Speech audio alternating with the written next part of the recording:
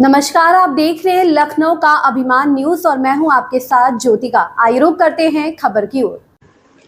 रक्षा मंत्री राजनाथ सिंह ने कहा, हम अपनी सरकार के तीसरे कार्यकाल के पहले 100 दिन पूरे कर रहे हैं।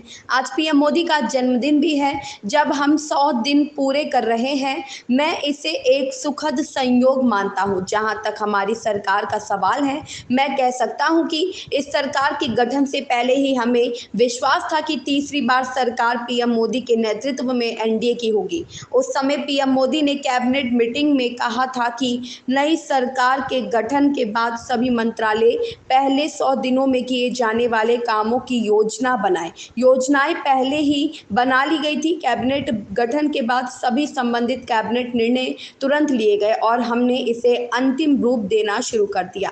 मैं कह सकता हूं कि हमारी सरकार ने कई महत्वपूर्ण निर्णय लिए जो उल्लेखनीय है। हम रक्षा मामलों में भारत को पूरी तरह से आत्मनिर्भर बनाना चाहते हैं। हमने सकारात्मक स्वदेशीकरण सूची में 501 से अधिक वस्तुओं को शामिल किया था।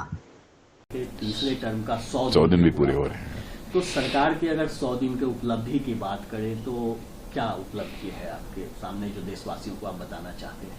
देखिए, आज इस तीसरे टर्म की हमारी सरकार के 100 दिन पूरे हो रहे हैं और साथ ही साथ हमारे प्रधानमंत्री मोदी जी का जन्मदिवस भी है आज ही के दिन, जिस दिन 100 दिन पूरे हो रहे हैं, और इसे मैं एक सुखद संयोग मानता हूं।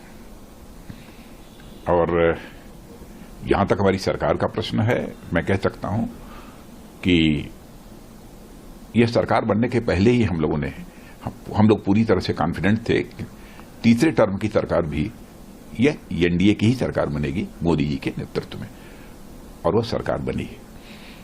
और उसी समय प्रधानमंत्री जी ने कैबिनेट की बैठक में कह दिया था कि नई सरकार बनने के बाद, यानी तीसरे टर्म की सरकार बनने के बाद प्रारंभ के 100 दिनों में हमें क्या क्या करना है, इस संबंध में सभी मंत्रालय अपनी योजना बना लें।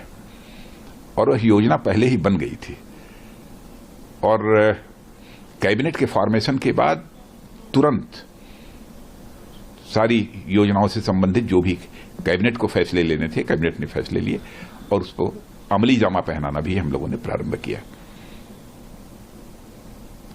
और आज मैं कह सकता हूं कि कई ऐसे महत्वपूर्ण निर्णय हमारी सरकार ने लिए हैं जो कि बहुत ही उल्लेखनीय हैं।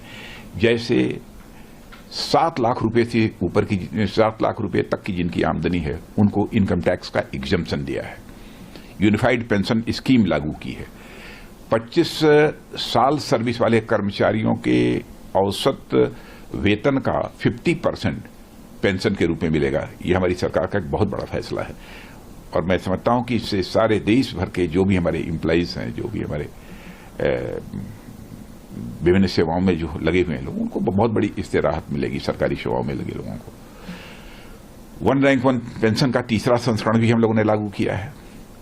अपने हमारे जो रिटायर्ड हमारे सैनिक हैं, सैनिक अधिकारी हैं, और साथ ही प्रधानमंत्री आवास योजना 3 करोड़ और अधिक बनाने का लक्ष्य हम लोगों ने निर्धारित किया है। इस खबर में बस इतना ही। बने रहिए लखनऊ का अभिमान न्यूज के साथ।